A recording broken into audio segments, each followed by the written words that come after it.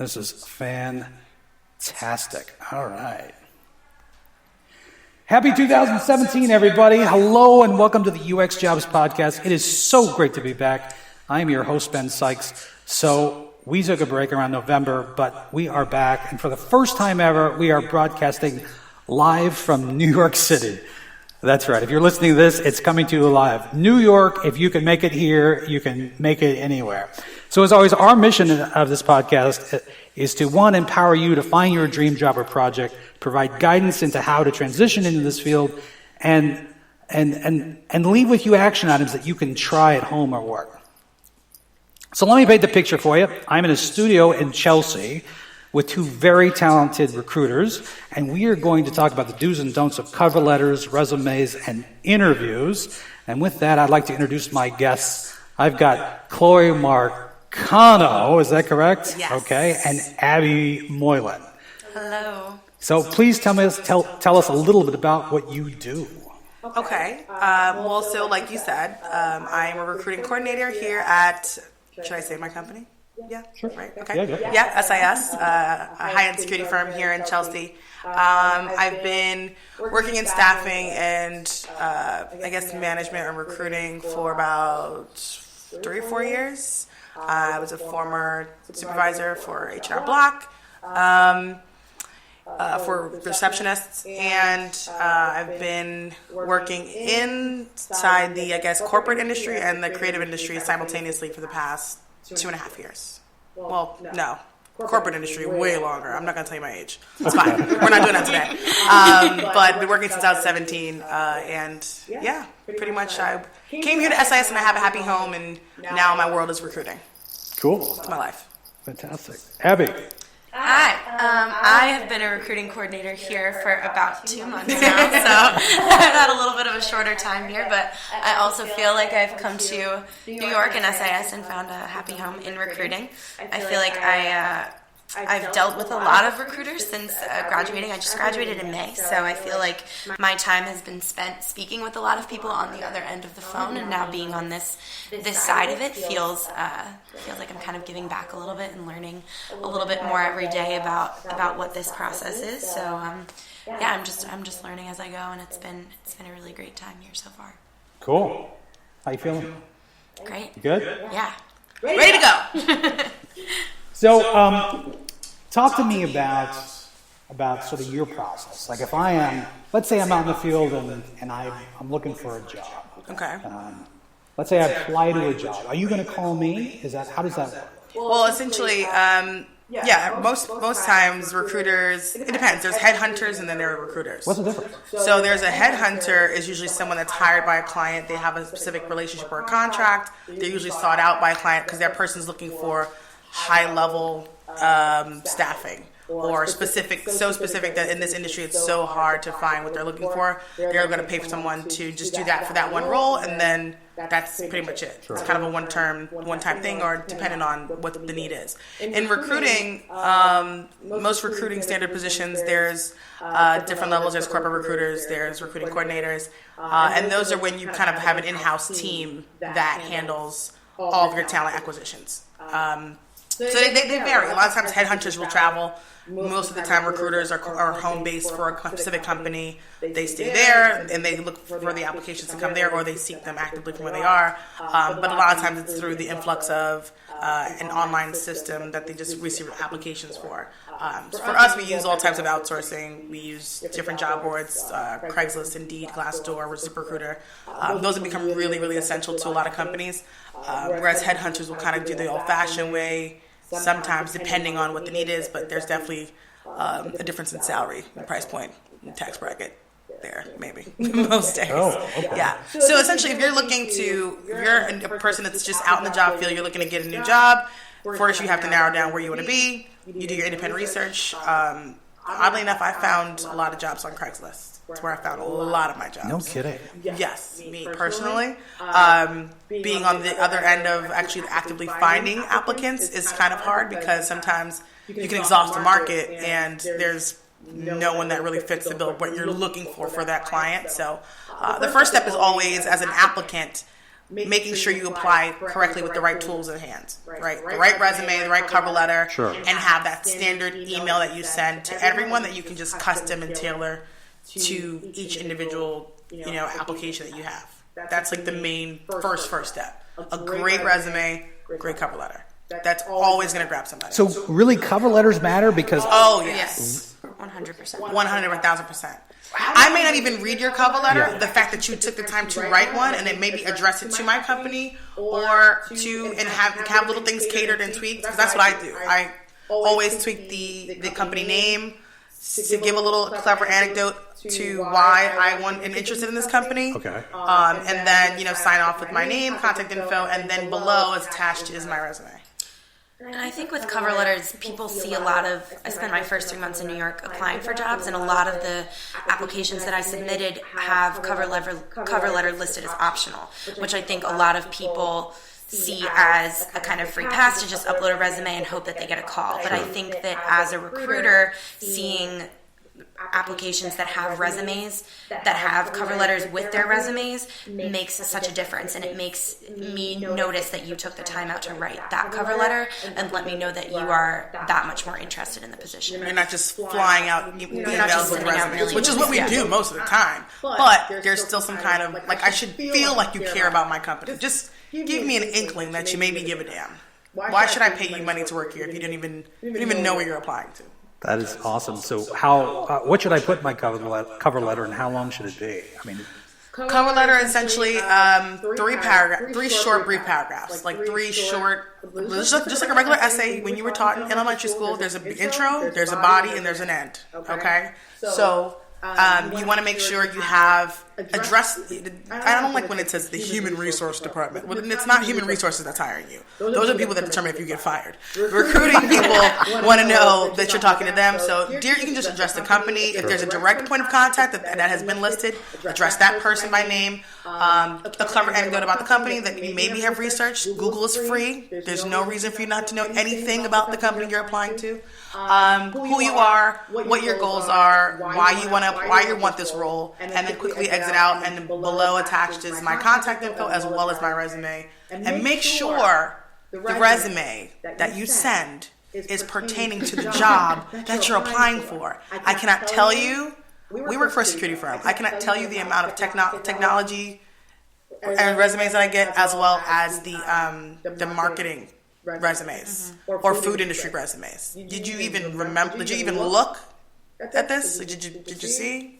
Yeah, a lot of those. I think with cover letters too, the amount of writing that needs to be done, the less the better. People be precise and be concise in what you're saying, and let me know that you care, but don't be too much about it. And I think I don't need your autobiography. Right. I don't need to know your whole life through your cover letter, but as long as I can tell that you know what our company is about, you know why you'd be good for this position, and you know that you're interested in it, that's good enough to have, it doesn't need to be overly worded. And don't be overzealous and use words you don't understand. It's obvious. You can tell when people use this word, just write a cover letter. What? Keep your SAT words to yourself, please. That's hilarious. I don't have the time. Most of the time I haven't had my coffee yet, so I'm just I don't want to read this today. Please. But yeah, really short and concise, and just make sure you review, edit, review, edit. Constantly change it. You can get bored with your own, just update them. And just keep them always on your phone. We have these cool apps, these free things called applications on your phones. You can store and save them, even in your sent file. I can't tell you the amount of resumes that we get. We open our applications. It's a picture. It's a selfie. Review what you're sending. A screenshot of a phone, of a crotch. I did get one of those ones.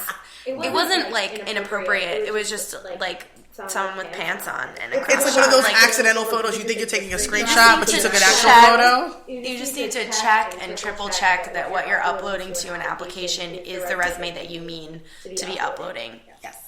Because when you say it to someone on the phone and say, I did unfortunately received a photo instead of your resume, and then it's embarrassing for them. Of course, you know immediately. Or we get sometimes Google templates of resumes in Latin uploaded. Yeah, they're just not convertible. Oh, yeah. Yeah. Just converted, sorry, not convertible. I did get one, and I told him on the phone, and I said, we received this this different resume. I don't think it belonged to you. And he said, oh, I did upload the Google template on accident. Just definitely double check and triple check that what you're uploading is what you mean to be sending to a company. Because people take note of that.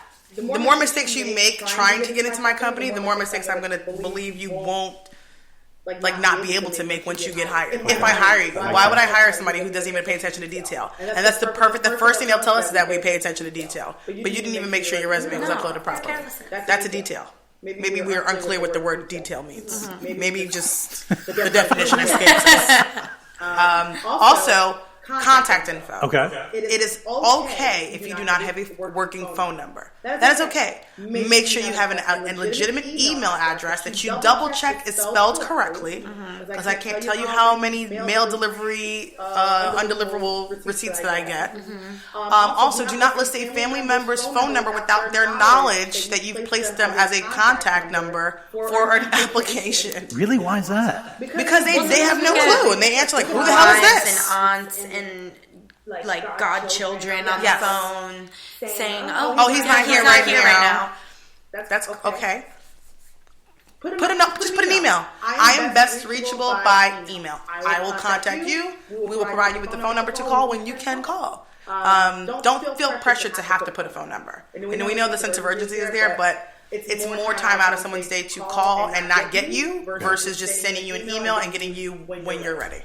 It's just wasted effort, because I can't always guarantee that message will get to you, and I'm emailing you anyway. So it might have just Also on the phone, the phone is not like a place where just because I can't see you doesn't mean I can no longer hear you. Okay. Because those people that maybe don't know how to be professional, they're hot. Bob, come get the phone. It's SIS. Like that is just awkward for all of us. I don't want to know your family situation. It's just those uncomfortable moments that are hard for you to come back from, because now you're working with some strikes against you, right? In all honesty, we're all going to be thinking some things. We take note of that, and it can work against you. So just be in a quiet space. Okay. Be ready. And if you're not ready to be in a quiet space, just be upfront and say, hey, can I give you a call back? Not a problem. Never a problem with that. A lot of times people don't recognize our phone numbers. Of course, because we are working out of New York, but our corporate office is our headquarters, so we have a different area code, and a lot of people don't recognize that area code. Why people answer numbers they don't recognize, it's sometimes still beyond me, but it's your phone. That's your prerogative. I will say to people, phone etiquette is very important. Oh, okay. What is good phone etiquette? What is that? So I think that the number one thing is to, first of all, if you're going to answer a call from a number you don't know, like Chloe said, be prepared to sound professional on the phone. You never know who's going to be on the other end. Especially if you know you're actively job searching. Right. If you're applying for jobs, you know that probably like 9 times out of 10, the phone call you get from a number you don't know is going to be someone who's calling you about your job application. And likely it'll be a recruiter who wants to discuss your job application.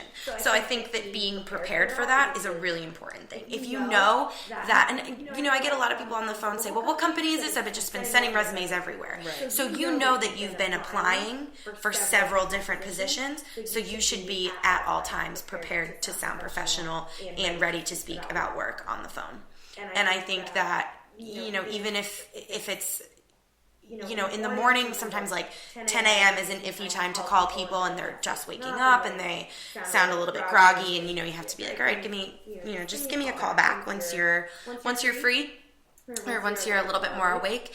And I think that being alert and ready for that is something that you just kind of have to snap into if you know that you're speaking to a recruiter on the other line, or you're speaking to someone who is willing to offer you a chance to talk about a job. So really quick. So you're not going to call me until I've actually submitted a cover letter and a resume. No. Why do I know you? Why do I know you want the job? Exactly. Right? What format do I put my cover letter and my resume in? Do I want to is PDF preferred? Well, it depends on the person. It depends on the company and how you're searching. So sometimes when you're on Craigslist, you just reply to the ad. Sometimes there's a link to the posting and they want you to apply to their site. We have that where we would like you to apply to our site. And our sites, most of the time, people want a PDF version. Some recruiters and some staffing agencies will ask for a Word document. It just depends. So you should always have a version of each available. Oh, okay. Always. And it's generally pretty simple if you have Microsoft Word as an application on your computer. It's generally pretty simple to convert to PDF if that's what a company is looking for. And I think that it does depend. I found SIS on Indeed, and my application was a resume and cover letter that I believe were uploaded through the site. Through the website of Indeed. My application, my resume was already on Indeed as just my general resume, and my cover letter was custom designed for SIS, but it was written, I believe, in the Indeed application part of that website. So I think it depends really on what platform you're applying for the job, but it usually would be pretty clear which kind of document they're looking for.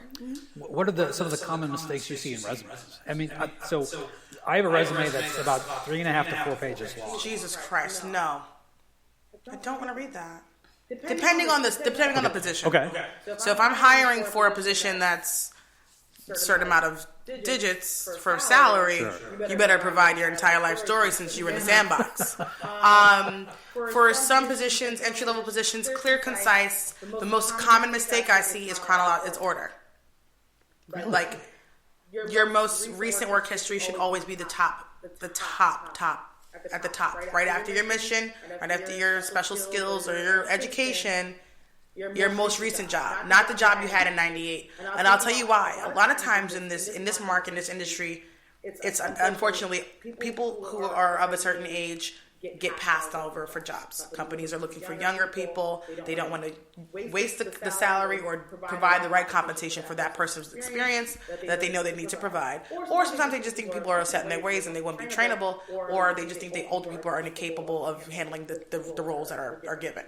So if your first job that you have posted up there is from 1977, where you worked somewhere else and you were like in high school right in 1976, and it's 2017, I'm going to do math and be like, hey, this person's a little up there. Might not want to hire them, depending on what the role is. If there's lifting involved in physical activity, and that's a prejudice that shouldn't be there, right? Because you could be very well fit and more fit than people who are in their 20s, and very much more capable and willing to work. But you kind of want to trick the system sometimes. So I told my mom that I redid her resume. I was like, take your graduation year off and take all this stuff off. Chemical Bank is old. We know what year you were working. Take that off. So just certain things like that where you want to trick companies so there's no kind of connotation to who you are before you get there. Okay. Also, sometimes your McDonald's job, although it was great experience as a teenager, can be a hindrance because they'll think, this person started off in fast food industry. They might not have the chops for it. Where you could have very well now be groomed to be there. So you don't have to list every job you've ever had. Not for certain roles. Sometimes those can also be hindrances against you, and they're just unnecessary space fillers. Get to the nitty gritty, where you learned the most, where you developed the most, where you spent the most time, and a lot of times when you list every job you had, it can show gaps that you may have had in your work history that you may not be able to explain, or that may sound fishy. And a sketchy work history and timeline is definitely a red flag to a recruiter. Why? Why is that? People who have jobs listed for 3 months, 2 months, 3 months, 4 months, why are you not able to stay somewhere for a long period of time? Well, that's interesting because in the tech field, that's very common.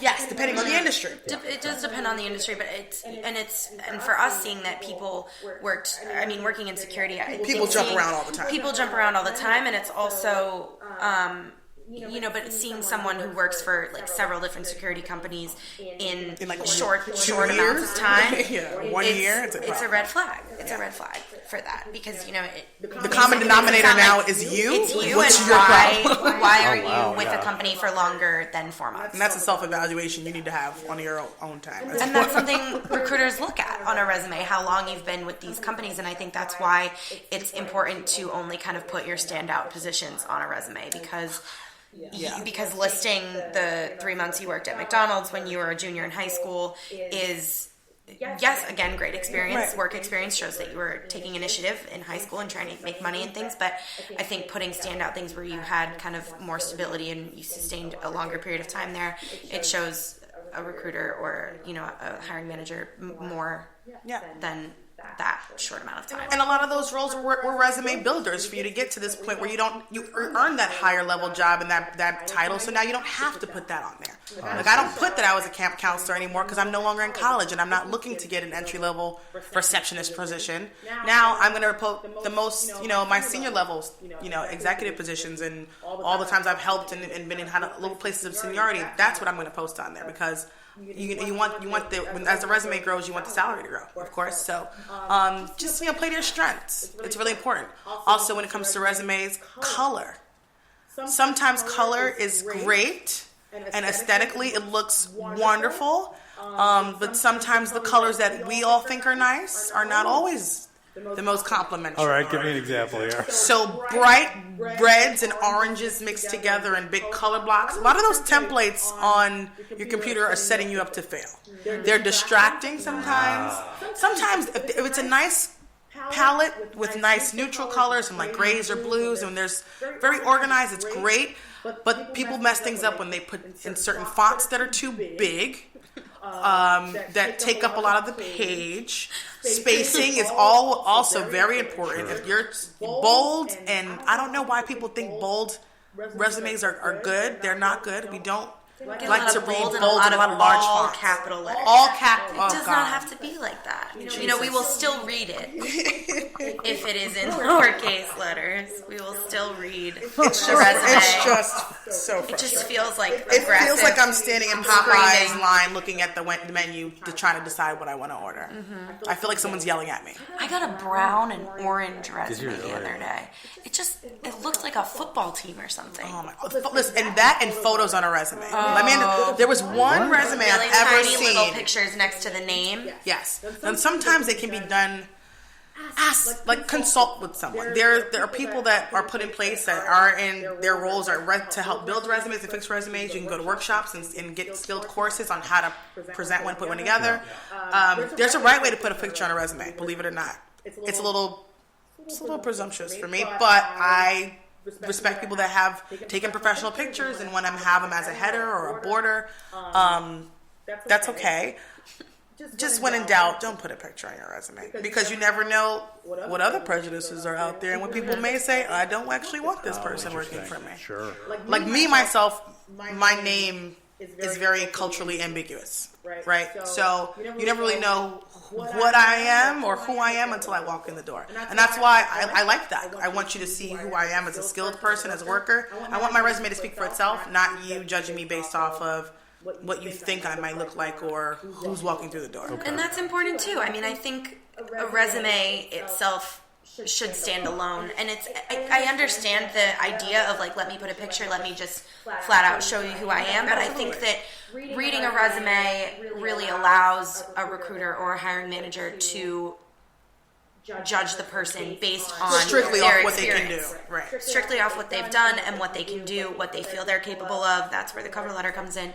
But I think that posting a picture or adding a picture to it, already puts an image in someone's mind of what this person is going to be like, and it could go either way. Yeah. And when the resume is standing alone, it's only going to be based on what this person has said about their experience and their work history, which I think is more important when you're in a position like this. Absolutely. So starting from the top, you've got your name, obviously. I've always told people never put your home address. I don't think you need it, and there's probably a security risk there. Yeah, I mean, when I was in college, it was like, this is where I go to school. So if I have a mailing address, if there's a God forbid you can't reach me via phone or email, mail is fine. But now you don't really need it; just your email and your phone number. So definitely, I'm linked to I link to LinkedIn, right? What about objective? I always put objective so it gives context. Absolutely. Okay. It also tells people how creatively you can write fluidly. Essentially, in most positions, we want to know how well versed someone is, how they can communicate written skills and verbal skills. Those are both important because at some point you all need to write, no matter what field it is. You need to write down words. Sure. A lot of people don't know how to read the sign that says toilet, but that doesn't mean they know how to use one. But I still know you need to know, you may know how to speak to get there. The objective, I always people never shy away from the objective. That's kind of a little brief synopsis of who you are, what you've done, and what you think you're best skilled at. A lot of times your objectives can cancel out sometimes those little brief skill bullets that you have, just randomly. Okay. I'm a cultural enthusiast or what have you. Because a lot of times when we personally use the resume as an outline to just kind of pick apart, but we do phone interviews pretty often, and that's the basis and foundation of our company. And people will list off skills that are just like, when we ask people for skills, they have them there written in their resume, but they can't regurgitate them back to you. Oh, that's interesting.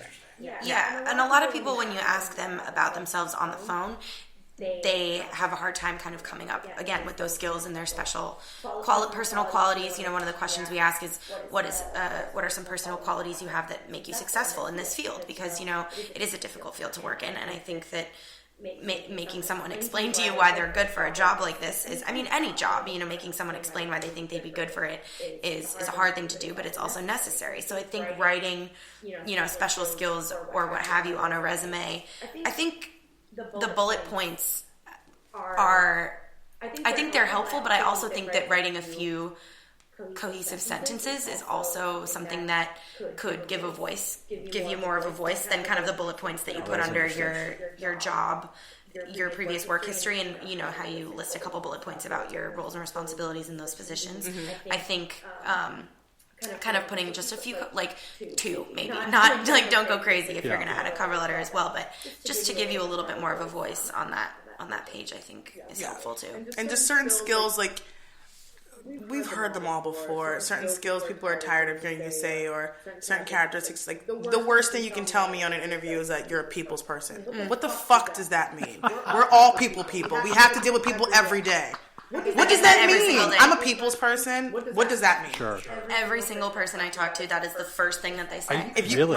What are some good qualities about I'm working friendly, in this field? I'm a people's person. I have good communication skills. I hate when people say I have good communication skills and I've already decided that I don't like talking to them on the phone. It's horrible. So what are some examples of really good ones that you're saying? I always say... I haven't gone to an interview. I got a good one. Oh, well, something that we personally say, or some things that we've gotten. Well, rather than communication skills, like what would you like? What bullet point have you seen? You're like, oh, that's a good one. One of the good ones I got on a phone interview the other day. The same question, some personal qualities. I had a guy tell me he worked well with and without supervision. So he worked well under a manager, and he worked well without that manager. And I thought that was pretty telling of his work ethic in like a few words. Yeah.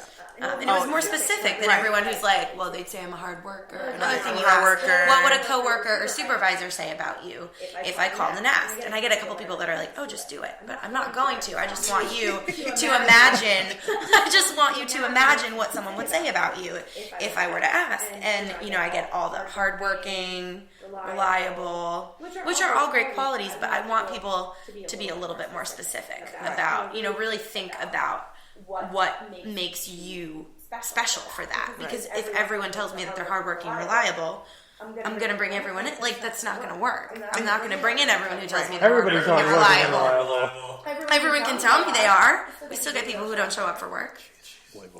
I think one of the best answers I've heard was that they like giving input. And it was, they explained it in the sense that they like to feel like they're contributing every day. They like to be able to come to work and help and help people in things that they see needs work, where they see there's a lack. They've been brought on, that person had been brought on into several, he got hired today actually. He said he had been brought on to several companies or sites that had been kind of crashing, and he was able to, even just as a guard, as our specialist, say, hey, I think that you should be doing this. He liked giving suggestions where he felt like it could be useful. He wasn't afraid to talk to upper level management. Okay. And a lot of people are afraid to have that relationship. And a lot of people tell me that they like building relationships with the clients and management. And that's important. Not so much where, and I've also had people tell me that they don't like to fraternize while in post, which is nice. There's a time and place for work, one guy said, and there's a time and place to be friends. While you're working, that's not the time. I'm not afraid to tell people what they need to hear, and instead of just sugarcoating things, being stern, and being, being steadfast in what your role is and knowing that, this is a job. I've come here to work. Somebody has entrusted me to perform a task, and that's what I'm going to do. I've had those people that have been really stellar and been honest with that. And then I also throw in a ringer question, and I ask people, what do they think they need to work on? What's something that you think you need to tune up on? Some people would be totally honest, and I appreciate their candor. I need to work on my availability. I need to work on my lateness. I need to work on not putting pressure on myself. I need to work on being more tolerant to people. I've learned how to speak to others through these jobs. I like people like that. People I can't stand are the people that tell me, I don't know, I can't think of anything. So me, I'm like, you're perfect. Yeah. You're out here just living. Even if you could, one guy told me he wants to learn how to make a better omelet. I appreciate him for that. That's a personal challenge. She was honest about something he needs to work But on. that person that has personality, I like you because you can actually have a conversation while you're on site with our clients. I love that. Amazing. Thank you. That's really great. Solid That's hire. really great. Perfect hire. Solid hire. My favorite thing about asking people their personal qualities in what makes them successful in security is when people tell me what they look like. After that. Well, I'm 6'5". I had that this week, yeah. I had a guy the other day. He actually came in for an interview today. He said, I'm 6'3", have an immaculate appearance. And he's great. He's probably going to get hired. He's a really great guy. He's really, really nice. But that was his number one list, personal qualities of what's going to make him successill. And a lot of people do say what they look like because in people don't response know to that question. they don't know what words mean. It's okay. It's fine. Maybe it's me. I like personal attributes. I'm tall. Okay. This is where we're at. Do you like long walks on the beach and peanut coladas and getting caught in the rain? That's right. I'm clean. They're fun though. We have those moments every day, and sometimes We do have fun. We have people. I've had really great conversations with people that we didn't even end up hiring. That's how, I've gotten to know people who have really good phone conversational skills, and some people are just not conversationalists. Like I've had people that just straight to the point. Yeah, I do this, I do that, I can do this, I can do that. That's why I'm available. Sound good to me. That's fine. You don't have to be the friendliest of people. Just let me know that you can communicate. You have a good comprehension of what words mean. You're reliable. You have experience. Let's do it. I'm willing to give that a shot. Yeah, you can tell when someone's trying to get through it and kind of, not in a rude way, but just trying to let you know what they're about and they're all business. And you can tell when someone's willing to chat. Yeah. Just a lot of military people are very straightforward, polite, just straight to the point. And it's not anything about their being rude. It's just, yes, ma'am, no, ma'am, I can do it, affirmative, that's it, it's done. Wow. What about education? Where do you place that in the resume? Typically, I place mine at the very bottom. Oh, no, I put that at the top. Mine's been placed at the top. Right after my name. Yeah. You're going to see that bachelor. I got too much student loans for that. No. You're going to see that BA. You're going to see that BA for about 15 more years. I should wear it on my forehead when I come out here. I almost sewed it onto a jacket one day. This is the paper I paid for. This is it. What about validating the credentials? Like if somebody puts a bachelor's on the resume, but you have to validate and they don't actually have it there. Well, in our industry, it's not really required. We don't really, as long as you pass high school, that's fine. Yeah. For some companies, they do that. They do go back and and that's very important to make sure you have those accreditations and you're willing to and able to get your company, your school to back that up. If you're sometimes people are unsure, and there have been schools that have let people march and go across, and then they do a retally or there's a restructure of that what's it called? The requirements for that particular degree or that particular that particular bachelor of science or whatever, and then people find out years later that they never actually rightfully attained the degree, even though it has been mailed to them sometimes. Or sometimes people just some associate and bachelor. I know people that have been 20 years later, they're like, what do you mean? I was a credit off, or there was something that happened. So you definitely want to make sure, and especially if a company is going to ask for that. A lot of days now, most companies don't. Most companies just don't. They just assume, because essentially everyone's looking for the master now. But definitely, if you have it, put it at the top. If you don't, you're working on it. Put currently in process or what you're looking to do. But make sure your highest level of education is listed, whether it's high school, GED, whatever it is. Put that on there. And if you don't have at least a GED or high school or associates, you have to get one because you're legally not required to get a kind of like salary-based one unless most places the standard is high school diploma or GED equivalent. So unfortunately, we've had to turn people down that don't have either. Really? Yeah. It happens. Life happens. I totally get it. But there's no negotiating that. You have to at least have that. Okay. So they've got a great cover letter. The resume's formatted properly, and they send that to you, and then you set up a phone screen, and then what happens? What happens if the phone screen goes well? Oh, the phone screen goes well. We have an interview date for them.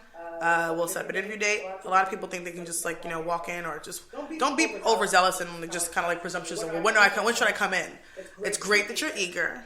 I'm glad that you're available, but let me decide if I want to offer you employment or not, because that's generally not how this works. Just because you applied doesn't mean I have to interview you. What about following up? So if you guys, we have a great phone interview, everything looks good. We haven't set up a date just yet. Back in the day before the internet, when I wanted to work for a television show, Frasier. And I sent the writing staff. I didn't have the credentials at all, but I wanted to do it. So I sent them mailed them a letter twice a week until they finally did. It happens, though. That can happen. Nowadays, that can either work one or two ways. It can either get you the job or get you blocked on every email list. It's true. You can become a nuisance, or you can become somebody who someone is at one point willing to give a shot. For us, it's very frustrating to be called and harassed 4 times a day. If we left me a voicemail, great. Let the person get back to you. Let us get back to you. We generally pretty quickly schedule. We as recruiters are on certain locations for hiring. We have very specific requisitions that we are looking to hire for. We have very specific amounts of people that we're looking to hire. So we very intentionally set our interview dates for each city that we're working on, and post phone interview, if we don't have the date on the phone, we get the date usually within the next couple days, and we give candidates a call and schedule the interviews, and then it's in the hiring manager's hands. So we send candidates from the phone screen straight to the hiring manager, and they do a face-to-face interview, and then we get word back from the hiring manager what the status is on those candidates, and then we move forward with the hiring process or not. And that's our process. Okay. So most companies, if there is a staffing agency, like some staffing agencies, you'll probably be dealing with the same person all the time. You'll probably get a recruiter assigned to you. Sure. That'll be your person. They'll be trying to place you somewhere specifically. They'll send you out, and that's how that goes. They'll most likely test you, see what your skill sets are. They'll probably always bring you in. When it comes to a specific company themselves, if they want you, you will know. Mm-hmm. So, checking in just to see if I got your resume, they got it. It's the internet. They got it. It's not like you had to mail it in. We got it. They did not want you. It's okay. Go to the next. A lot of times you have to follow up at least once. Yeah, not really. Not really all the time. So you can send it an email or give a phone call, but generally the resumes and applications that we receive, we see them. Yes. We will see them. We call everyone we see. We don't, as recruiters, we call every application we receive. We call every resume, even the screenshots, even the crotch shots, even the photos, the selfies, whatever didn't upload properly. You have a phone number there, we're going to call you. You don't have a phone number, we're going to send you an email and say that we tried to call you. We see it. It's the internet. You don't have to, if you sent it the right way, you know how to work the internet, trust that company received your email and your resume or your application. We have several recruiters all over the country. Well, for us, we deal specifically with our online system that has individual applications that upload. We have that whole filtering system.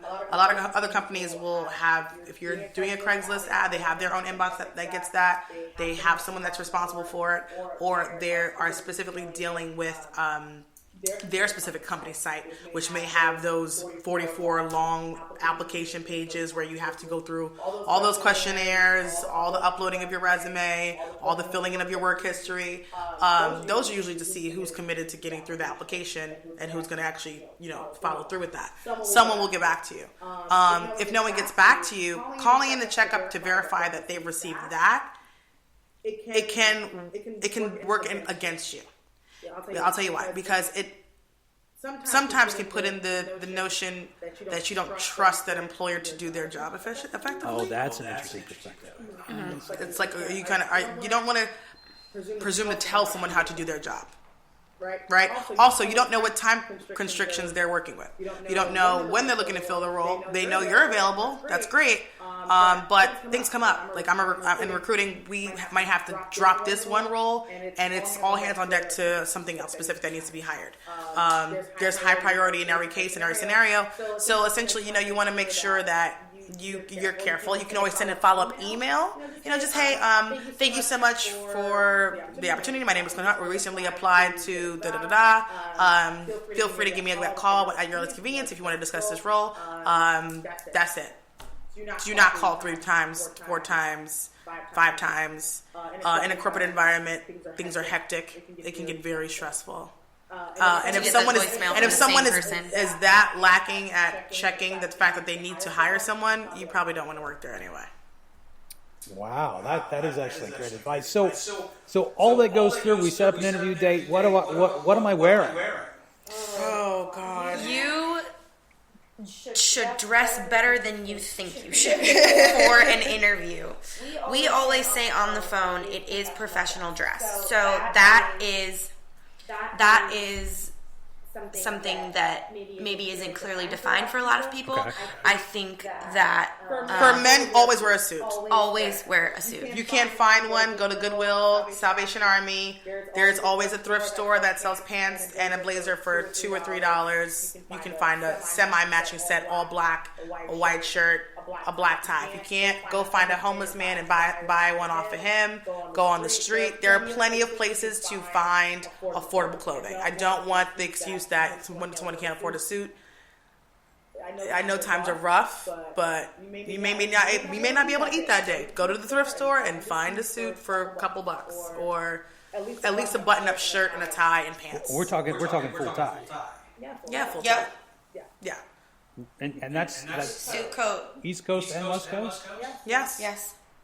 Well, West Coast do things on their own side. I can't tell you how to do it on the West Coast. But you should definitely be in presentable attire, what you would wear to almost a funeral, like almost that sense. Really? For ladies, I feel like ladies, it's a very thin line for what is appropriate and what's not appropriate. Mm-hmm. Nothing above the knee. You sexy blondes out there, sometimes those above the knee mini skirts can get you in the door, and they'll get you behind the door for the wrong reason. So definitely make sure, do the fingertip test, make sure it hits your middle finger past your knee. Always past your knee. Fitted skirts are, make sure you can sit down. And if you can't pick up a quarter without bending your knees all the way down to the ground, you shouldn't wear that skirt or that dress. No cleavage. Absolutely no cleavage. I never dress like normally. Like, I don't have a suit. I've always shown my own kind of style, and like, this is what I would probably wear to work most days. All black. I'm always kind of in all black. That's kind of always safe. Even if it's a sweater, ladies, not a sweater dress. No. Don't do a sweater dress. But sweaters can also have a fine line between, dressy and baggy casual. So I think that's a tough spot. If you have a blazer, I think that a blazer is good. I did wear a blazer. I wore a blazer only for my interview. I wore a blazer and I brought a dress for my roommate. But the dress was past my knee and it was high neckline. So same. I think that's a safe bet. Pants, straight pants, nothing straight skinny pants, jeans, and nothing fitted. And a button-up top, and a button-up shirt. Sorry. Yeah. flat shoes. If you want to wear heels, by all means, you can change in the restroom as long as no one sees you. You just between you and the receptionist. We need that bathroom key sometimes. But can I get the key? Thanks. But just professionalism. We all have cable. We've all seen the show The Office. Dress like someone that's going to an office. I don't even care if I don't care if you're trying to be a mechanic. Wear a suit. Yeah, dress nicely, and you don't, you might not feel your hottest in your interview outfit. It's not about that. It's not about that. It's about presenting, a professional stature and looking the part and stand up straight and look people in the eye and shake people's hands and be professional. And take headphones out of your ears. Oh, yes. When on an interview. Oh, my God, yes. We've had people sit here with headphones in their ears. Yes. Really? Yes. You dress for the job you want, not for the job you have. Essentially. That's always what I've been told, and I was like, you're absolutely correct. I want to be Oprah. I will dress like Oprah. That's what it's going to be. Yep. Body I language. would wear this probably while you're Probably. right now. Body language is important. We've had people miss out on jobs based on handshakes. Client did not like the way someone shook their hand. The dead fish never wins. I don't even think it was that. It was just... We had a client turn down someone because of their breath. Brush your teeth before a job interview. Pop a mint. Pop a mint, chew a piece of gum, throw it away before you go into your interview. Do not chew gum. Do not chew gum in your job interview. I feel like it's important for high schools and colleges to do have a job experience course. How to interview. Do mocking interview sessions. A lot of colleges don't do that. You know what I mean? I might take that back. I'm not going to say anything more. Sorry,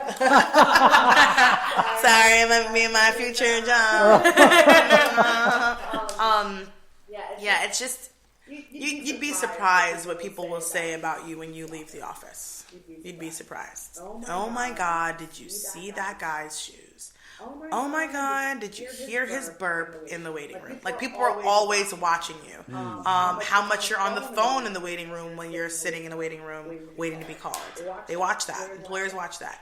Also, your social media will be a very big hindrance to you as well. If there's something up there that you don't think you could tweet, Instagram, or Facebook from your job desk, then you probably shouldn't write it. If you're actively job searching, shut down your social media. Shut it down.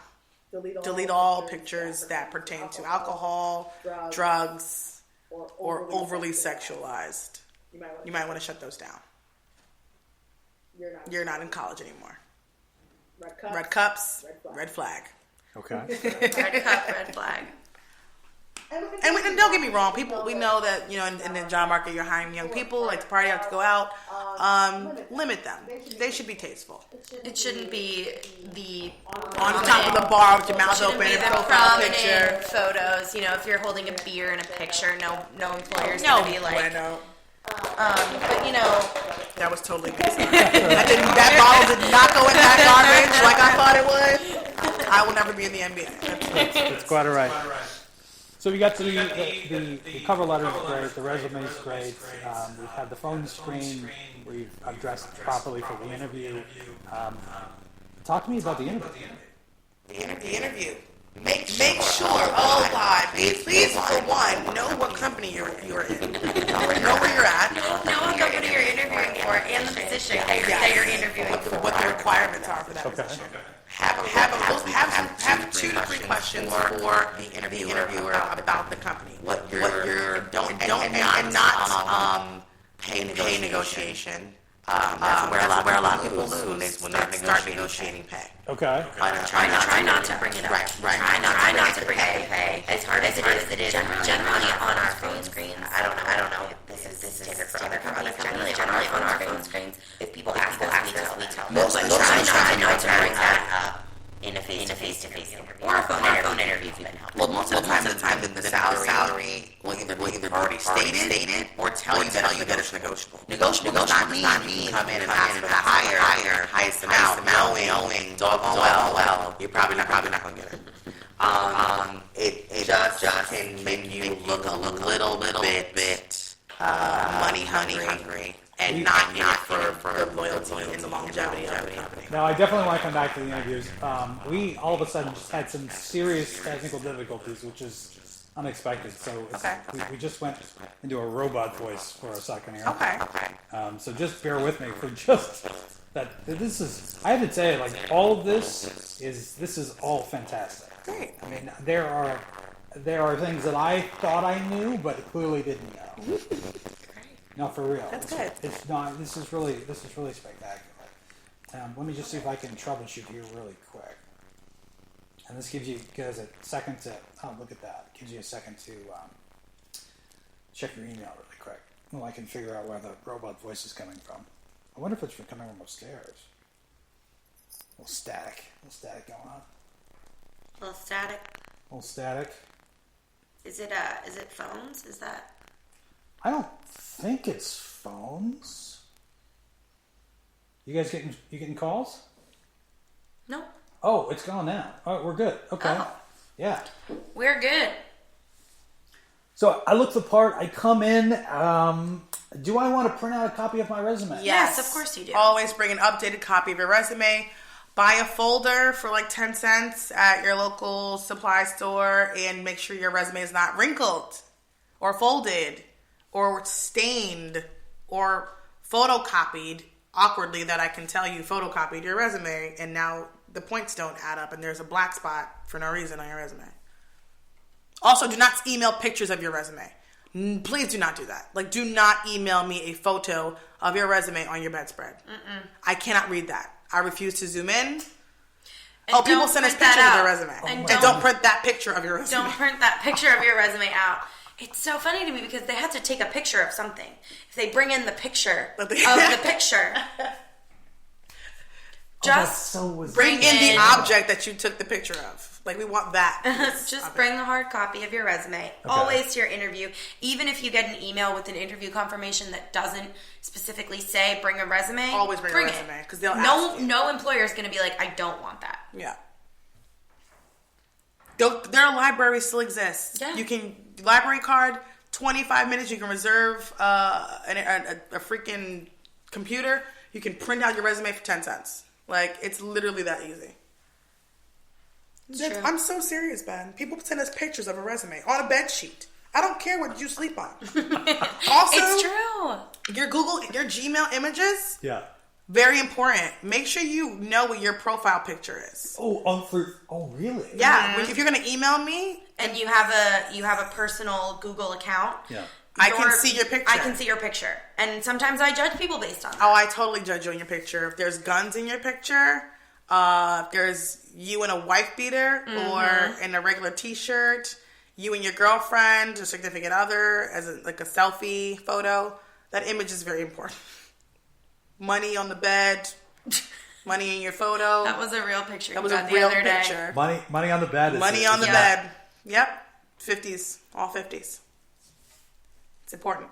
Okay. I'm going to judge you. This is the one space where we say, hey, you know people say, hey, only God can judge us. That's absolutely not true. I'm judging you. Recruiters 100%. Will judge you too. You're looking for a job with us. I'm going to hawk your social media after you leave my interview. Really? Yes, 100%. Yeah. Oh, that's amazing. I'm going to look at your Instagram. I'm going to look at your Facebook. I'm going to look and see who your friends are. We actually didn't hire someone based on who her boyfriend was because she was great. And then after a little bit of research, he was... actually, that's not true. I think the offer was rescinded for her. And then later found out her boyfriend was like a Confederate extremist and supremacist and was all over the internet promoting hate groups and violence. So also be careful who you're associated with when applying to positions. And in general. Google's free. In life. We can use it. Like, it's here for us. It's a tool. I can see you. I can see you everywhere you are. Wow, that's amazing. Power of social media. It's 100% fact. So it starts with the piece of paper. It starts with the resume. Yeah. But that is honestly the least important part out there after that. Like, once we've already looked at your resume. Once we see that. It's pretty much. Just make sure you're on top of everything else about yourself and your public image. That paper gets you in the door a little bit, but it's not the most important thing now. Like, honestly, we call people whose resumes say they worked in, like, they just have the high school diploma, And also, if you use job boards, make sure all your resume is uploaded to every job board. And you can actually custom your resume for different roles and positions that you like. So if you have a ZipRecruiter account, if you have an Indeed account, make sure the right resume is associated with those accounts. And they upload. Always update them. It helps. Because when you apply to a job, you send that quick application. I open an application and it says high school degree achieved. That's it. I see nothing else. I'm still going to call you, but now you have to do an extra process and send me a resume. Now there's more work you have to do for yourself. So it's an extra sell. And you should always be selling. What's that thing? Always be ABC, always be closing? Yeah, always be selling, yeah. And getting hired for a new position, always be selling. Oh, ABS, yeah. Always be selling. Know who you are. You are here to sell yourself. A lot of people think just because they apply to a job, like, oh yeah, so when do I come in for an interview? No, I didn't say I liked you. I'm not going to hire you just because you applied. I can hire anyone. Why should it be you? There's 100. We literally screen. Our company screened 300,000 applicants last year. You only hired 3%, 6%. It's not a lot of people. So what are some of the failing interview questions? Like you ask, and then it's like, oh, red flags. Oh, please. My favorite. We ask for computer literacy skills. We specifically say it's kind of my thing that I say. I've kind of tailored this, but I say on a scale of 1 to 10, how would you rate your basic computer literacy skills? 1 being bad. I have to now give the metrics because people are just unfamiliar. 1 being bad, 10 being excellent. Oh, 10. I'm a 10. Great. Can you tell me what some applications or softwares or things you're familiar with doing on the computer are? Yeah, pretty much anything. Can you name any applications or software? Yes. Great. What are they? People don't answer specifics. People don't listen. There's not a lot of active listening that people have, and you should always be actively listening. And if you are unfamiliar, it's okay to repeat back exactly what I just said for confirmation. But just be ready to say what you're capable of, and don't oversell yourself. A lot of people say all the time.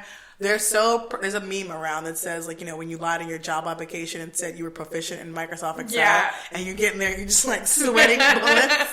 Or there's like the Michael Jordan crying meme. Yeah. Do not say you're proficient in Microsoft Excel and you want to be an accountant and be in accounting, finance, or accounts receivable.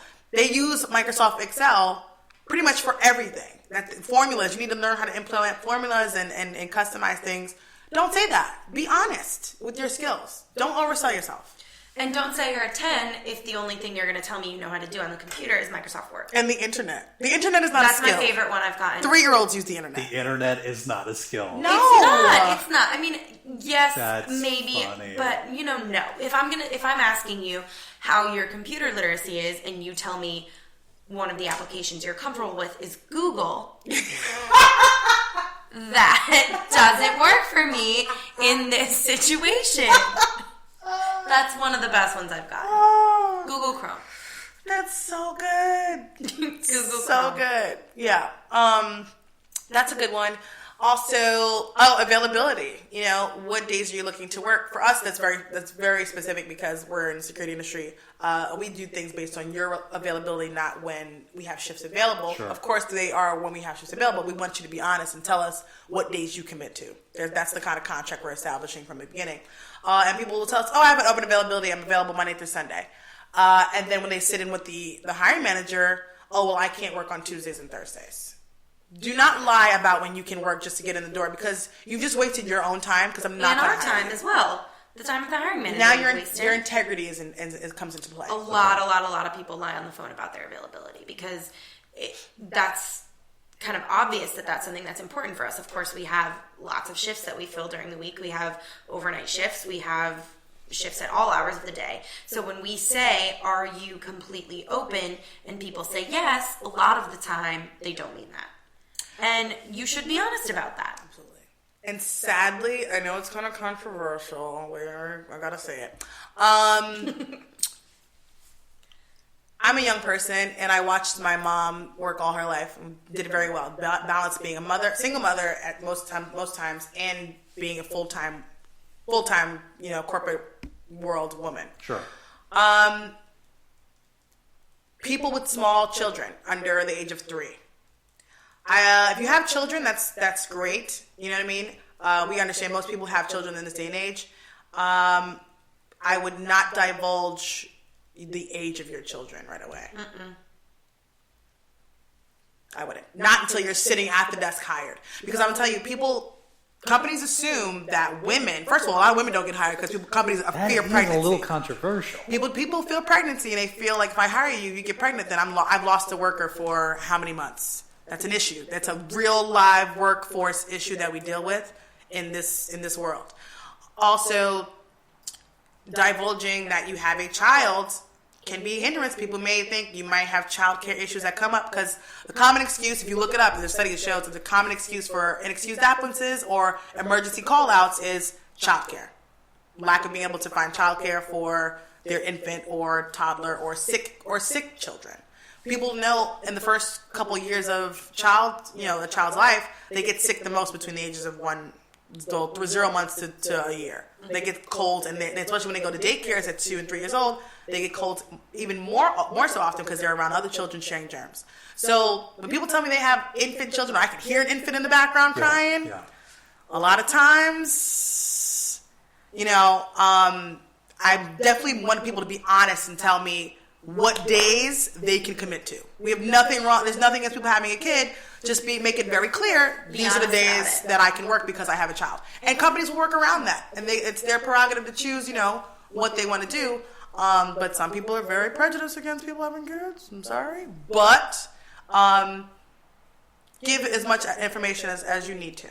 And be very open and honest. And people will appreciate your honesty. And say, as long as I'm done by 5 or 6, I'm here and available whenever you need me. And withholding information like that or any it's your other prerogative. kind of What you choose to decide, information- what you decide, it's up to you what you choose to expose. Okay. Yeah, but also withholding that information is only going to hinder you in your work.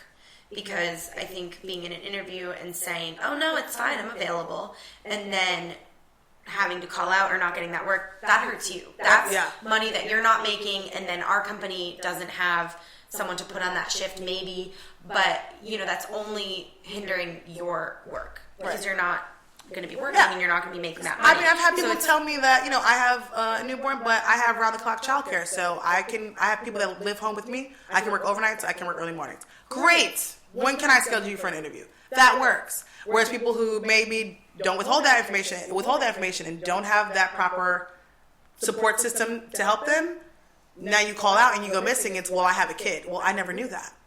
So now there's this issue. You told me you were always going to be available. I'm holding you to the standard of always being available.